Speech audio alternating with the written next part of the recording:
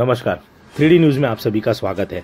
17 जनवरी शुक्रवार के रोज दादरानगर हवेली अताल स्थित गेल इंडिया लिमिटेड द्वारा of site mock drill level 3 का सफल आयोजन किया गया।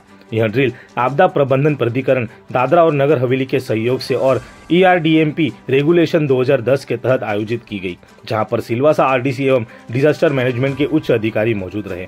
इस अभ्यास का उद्देश्य आपदा के समय उत्पन्न होने वाली चुनौतियों से निपटने के लिए कर्मचारियों और प्रशासनिक अधिकारियों की तत्परता और समन्वय को जांचना था।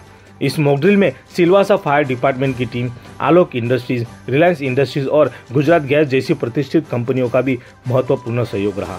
ड्रिल के दौरान संभावित आपदाओं से बचाव, राहत और पुनर्वास के विभिन्न पहलुओं का अभ्यास किया गया। इस आयोजन ने यह सुनिश्चित किया कि सभी सुरक्षा प्रोटोकॉल का पालन करते हुए वास्तविक परिस्थितियों का अनुभव प्रदान किया जाए।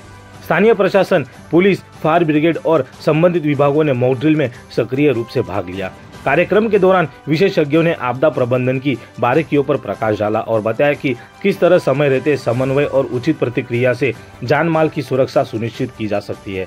सिलवासा फायर डिपार्टमेंट, आलोक इंडस्ट्रीज, रिलायंस इंडस्ट्रीज और गुजरात गैस के साथ समन्वय ने इस अभ्यास को और भी अधिक प्रभावी और संगठित बनाया। गेल इंडिया लिमिटेड द्वारा किए गए इस प्रयास की सराहना सभी प्रतिभागियों ने की। इस अवसर पर गेल इंडिया लिमिटेड के OIC Debashish Sen Gupta ji, DGM AK Srivastava ji, fire safety officer Nitin Nankar जी, चीफ मैनेजर DM पटेल जी, फायर सेफ्टी के सीनियर मैनेजर सुजॉय चैटर्जी जी, सीनियर इंजीनियर संकेत दहाड़े जी, पुष्पेंद्र जी एवं कंपनी के कर्मचारी मौजूद रहे।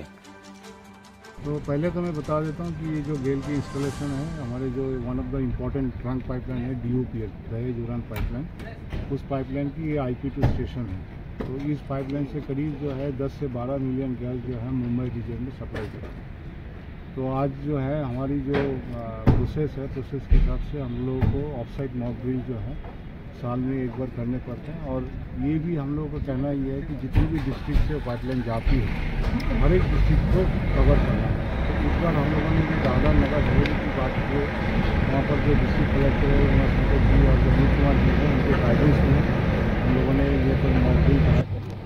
આપણે ગેલ ઇન્ડિયા તરફથી જે આજે મોક ડ્રિલ કરવામાં આવ્યું છે એની અંદર સહભાગી થવા બદલ બધાનો ખૂબ ખૂબ ધન્યવાદ। અને ઘણા વખતથી અમારી અહીંયા ઈચ્છા હતી, નોર્મલી તો અમારું જે મોક ડ્રિલ હોય છે ને મોટા મોટા પ્લાન્ટમાં થતું હોય છે, પણ આ એક નાની સાઇટ ઉપર પણ કરવું જોઈએ એવી ઘણાની ઈચ્છા હતી।